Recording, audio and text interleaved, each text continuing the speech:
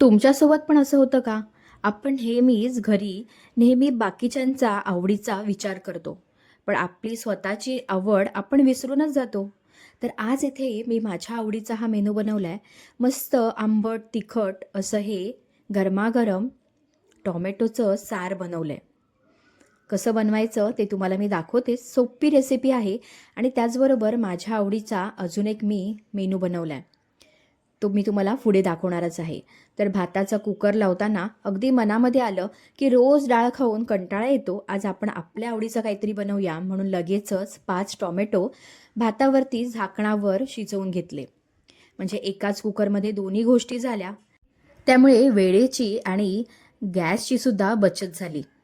तर आता मिक्सर जारमध्ये आपण हे टोमॅटो त्याच्यावरची सालं काढून घ्यायची आणि मिक्सर जारमध्ये घालायचे. त्यानंतर घरी ओलं खोबरं जे आहे ते खवून ठेवलेलंच होतं. म्हणून लगेचच 2 मुठी ओलं खोबरं ह्यामध्ये घातलं, लाल तिखट घातलं, हळद घातली, मीठ चवीपुरतं घालून घेतलं आणि त्यानंतर ह्यामध्ये मी धणा पावडर ॲड केली आहे. तर तुमच्याकडे धणा पावडर नसेल तर तुम्ही धणेसुद्धा ह्यामध्ये घालू शकता. त्यानंतर काळी मिरी घालू शकता. मी इथे मिरी पावडर घातलेली आहे. त्यानंतर ह्यामध्ये आता आपल्याला ॲड करायचा आहे थोडासा अर्धा कांदा. कांदा घालून झाला की थोडासा पाव चमचा एवढं जिरं घालून घ्यायचं आहे. करायला अतिशय सोपी अशी ही रेसिपी आहे.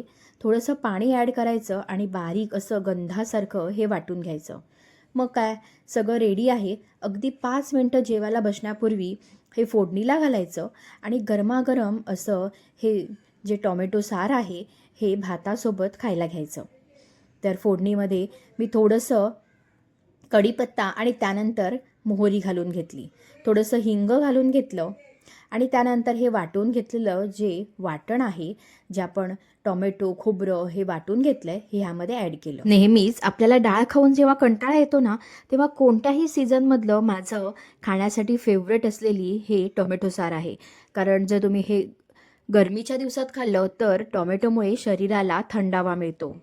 2 घास जास्त जेवले जातात आणि जर थंडीचे दिवस असतील तर हे तुम्ही अगदी चमच्याने गरमागरम सूप म्हणून प्यायलात ना तर शरीराला उष्णतासुद्धा मिळते.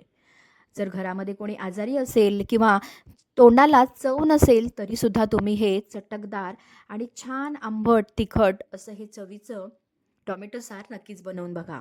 ती सुद्धा ह्या माझ्या पद्धतीने. करायला अतिशय सोपं आहे, तुम्ही बघितलीच कृती. आता ह्यासोबत खाण्यासाठी तोंडी लावण्यासाठी मी इथे भरलेल्या मिरच्या करणार आहे. ह्यासुद्धा करायला अतिशय सोप्या आहेत.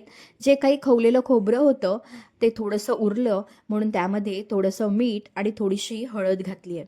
बाकी ह्यामध्ये आपण काहीही घातलेलं नाही आहे. पण तुम्ही ह्या पद्धतीने एकदा नक्कीच करून बघा.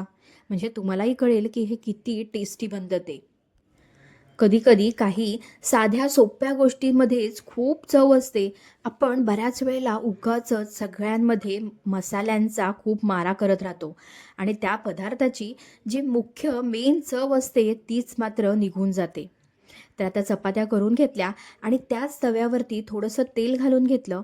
बाजूला या मिरच्या कापून घेतल्या. तिखट असतील तर त्यातल्या बिया काढून टाकायच्या.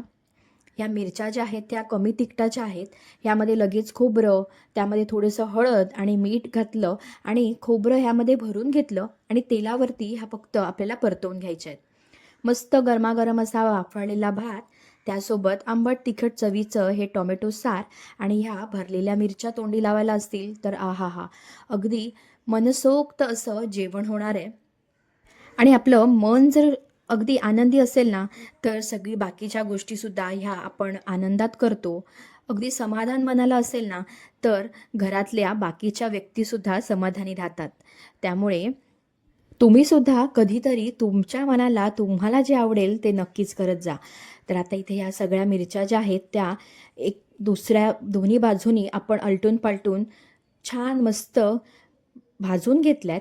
वरती 2 मिनटं झाकण ठेवते म्हणजे त्याची जी जाड अशी थोडंसं साल आहे ती सुद्धा व्यवस्थित मऊ पडेल आणि आपल्या ह्या मिरच्या खाण्यासाठी तयार होतील. तर आजचा हा माझ्या आवडीचा मेनू तुम्हाला कसा वाटला हे नक्की कमेंट करून सांगा. खूपच छान मिरचीचा ठसका इथे यायला सुरुवात झाली आहे आणि पोटामधली भूकसुद्धा चाळवली आहे.